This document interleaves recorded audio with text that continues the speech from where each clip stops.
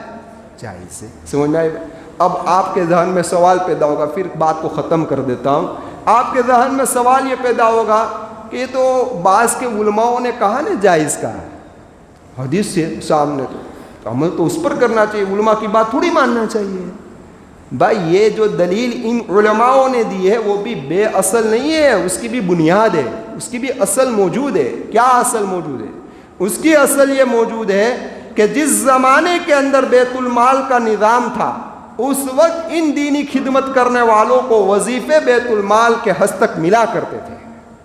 ہاں سمجھ میں آئی بات؟ بیت المال کا نظام تھا اور اس نظام کے ذریعے سے ان دینی خدمت کرنے والوں کو وظیفے دیا جا رہا تھا۔ لیکن اب بیت المال کا نظام نہیں رہا۔